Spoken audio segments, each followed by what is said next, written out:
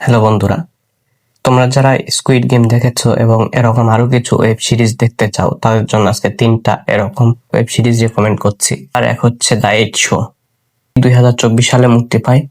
এখানে 8জন মানুষকে নিয়ে একটি স্টুডিওর মধ্যে ঢুকিয়ে বিগ বসের মতো শো চালু করা হয়। অবস্থায় তাদেরও জানা নেই কি করতে হবে, আমাদেরও জানা নেই যে আসলে কি করতে হবে বা কি ঘটবে, এবং ধীরে ধীরে ঘটনা কিভাবে কমপ্লেক্স হতে থাকে সেটাই শো এর মধ্যে দেখানো হয়, যা তোমরা শো দেখে বুঝতে পারবে।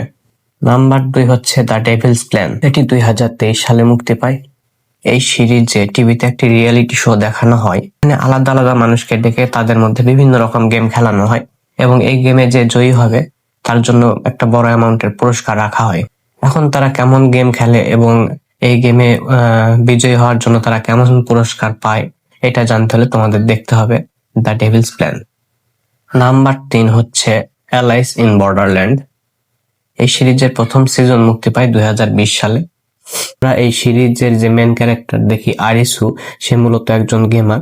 তো হঠাৎ করে আরিসু এবং তার বন্ধুরা টোকিওর একটা নির্জন এবং অদ্ভুত জায়গায় নিজেদের আবিষ্কার করে, যেখানে টিকে থাকতে হলে তাকে এবং তার বন্ধুদের বিভিন্ন বিপজ্জনক গেমে অংশগ্রহণ করতে হবে। শেষ পর্যন্ত তারা কিভাবে গেম খেলে এবং তাদের সাথে কি ঘটে জানতে হলে আপনাকে এই দারুণ ওয়েব সিরিজটি দেখতে হবে।